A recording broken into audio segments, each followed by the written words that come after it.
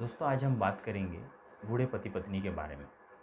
जहाँ 60 और 70 की आयु में लोग अपने परिवार और अपने बच्चों के साथ समय गुजारना पसंद करते हैं, उस उम्र में ये दोनों काम करने को मजबूर थे। इनकी एक छोटी सी दुकान हुआ करती थी जहाँ पर इक्का दुक्का कस्टमर आते थे। किसी तरीके से इनका 2 वक्त की रोटी का इंतजाम हो जाया करता था।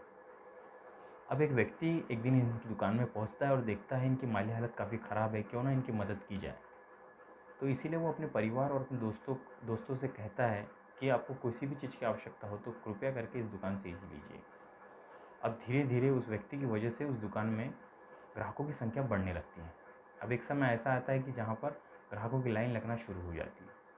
अब वो कहते हैं ना कि जब हम आर्थिक रूप से और हम मजबूत हो जाते हैं तो हम लोगों को भूल जाते हैं। उसी प्रकार कुछ दिनों के बाद एक खबर आती है कि इन दोनों ने मिलकर उस व्यक्ति पर ही केस कर दिया जिन्होंने उनके बिज़नेस को शून्य से यहाँ तक पहुँचाने में मदद की। अब ये खबर आग की तरीके से सभी तरफ फैल जाती है, उन दोस्तों तक भी पहुँचती है जो दोस्त उस व्यक्ति की वजह से इस दुकान में आया करते थे। अब वो सोचने लगे कि जिस व्यक्ति ने उनको यहाँ तक पहुँचाया, इन्होंने उसी पर ही केस दायर कर दिया। जिससे होता ये है कि उस व्यक्ति का तो पता नहीं, लेकिन इनके बिज़नेस पे उसका बुरा प्रभाव पड़ता है। अब धीरे धीरे जो लोग उस व्यक्ति की वजह से इनकी दुकान से जुड़े थे वो आना कम हो जाते हैं।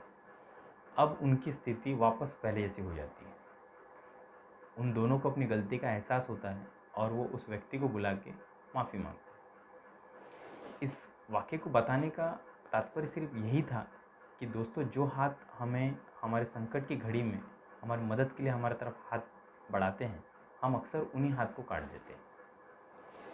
हमको उनका एहसान मानने के बजाय हम उनके साथ इस तरीके से व्यवहार करेंगे तो कोई किसी की मदद क्यों करेगा।